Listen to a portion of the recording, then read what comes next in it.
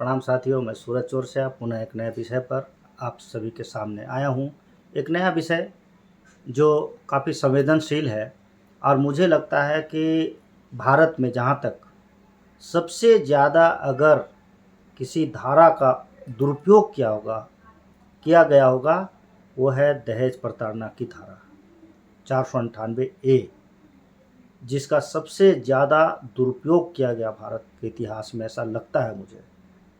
और अंतिम में ऐसी स्थिति उत्पन्न हुई कि माननीय सर्वोच्च न्यायालय के द्वारा टिप्पणी की गई और बतलाया गया कि सबसे ज़्यादा झूठे प्रकरण में इसी धारा में फंसाया जाता है, कई लोगों का लाइफ ख़त्म हो जाता है, बर्बाद हो जाता है। उसके बाद लगातार अमेंडमेंट हुए कई धाराओं में, आईपीसी सीआरपीसी के कई धाराओं में चेंजेज आए, बदलाव आए।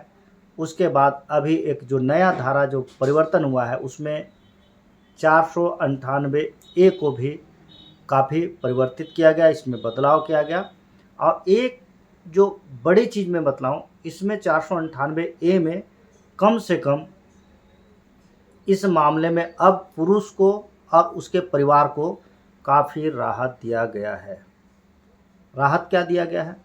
पहला कि एक तो 498A जो हुआ करता था वो धारा अब समाप्त कर दिया गया है, उसके जगह में 84 धारा को देखा जाएगा, जोड़ा गया है 84।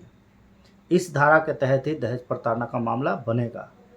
लेकिन चूंकि आप सभी जानते हैं कि दहेज प्रताड़ना में पहले इतना ज़्यादा मतलब कहा जाए डर पैदा करते थे लोगों में कि एफआईआर दर्ज हुई, महिला जाती थी, एफआईआर दर्ज करती थी, एफआईआर होता था और तुरंत पुरुष हो या उनके पति हो, कि सास हो, कि ससुर हो, कि देवरानी हो, कि कोई भी हो उस घर में, उस पति का बहन हो, चाचा हो, मामा हो, जीजा हो, कोई भी चूज हो, कोई भी लोग हैं, कुछ भी लोग हैं, जिनका नाम महिला ने लिया, पत्नी ने लिया, उनको थोक के भाव में आ करके एफआईआर दर्ज करके जेल में डाल दिया जाता था। बाकी जो कोर्ट में होगा सो होगा, लेकिन पहले अरेस्ट करते थे, सीधा जेल में डाल देते थे। इससे पूरा परिवार बिखर जाता था, टूट जाता है। कई बार ऐसा देखा गया है कि दहेज के प्रताड़ना में, जो मैं नहीं कहता हूँ कि सभी को झूठा प्रकरण में फंसाया गया है, लेकिन इसका दुरुपयोग बहुत ज़्यादा हुआ है। जो शोषित हुए हैं, जिनको के साथ प्रताड़ना किया गया है, वो तो ठीक है, उसका न्याय मिला, जो भी है, लेकिन इसमें दुरुपयोग बहुत ज़्यादा हो। धमकी चमकी, दुनिया भर का ब्लैकमेलिंग चला, बहुत सारा पैसा ऐंठना, ये करना, मतलब अच्छा एक हथियार के रूप में उपयोग किया जाता था। लेकिन अब ऐसा नहीं है, अब इसमें परिवर्तन किया गया है। अभी 1 जून से संभवतः ये कानून पास तो सभी जगह हो गया, लागू हो जाएगा। अब इसमें क्या है, धारा 84 का मामला बनेगा और उसमें सबसे पहले पुलिस को अरेस्ट करने का भी अधिकार नहीं दिया गया है। तत्काल अरेस्ट नहीं करेंगे, पहले तो एफआईआर दर्ज होगी, एफआईआर दर्ज होने के बाद लगातार उसमें जांच होगी, जांच होने के बाद में पूछा जाएगा कि आपसे दहेज की मांग किसने की, कौन है जो दहेज के लिए आपको प्रताड़ित कर रहा था या मांग के आपको अरेस्ट किया, तो वो नाम बताएगी। तो क्या है, पहले तो किसी का नाम लेने से हो जाता था, अब ऐसा नहीं है। जो दहेज का मांग किया पर्टिकुलर वो व्यक्ति विशेष कि हाँ ये दहेज का मांग करता, तो उसको उसके खिलाफ में एफआईआर होगी, चलेगा, 3 साल की सज़ा इसमें है, उनके खिलाफ एफआईआर होगा। बाकी लोगों के खिलाफ नहीं होगा कि आप इनको बोल के फंसा दिए थोक के भाव में, अब नहीं चलेगा। और एक चीज़ और बता दूँ, उसमें जांच भी चलेगी, जांच चलेगी, पारदर्शिता के साथ जांच चलेगी, जांच रिपोर्ट होगी।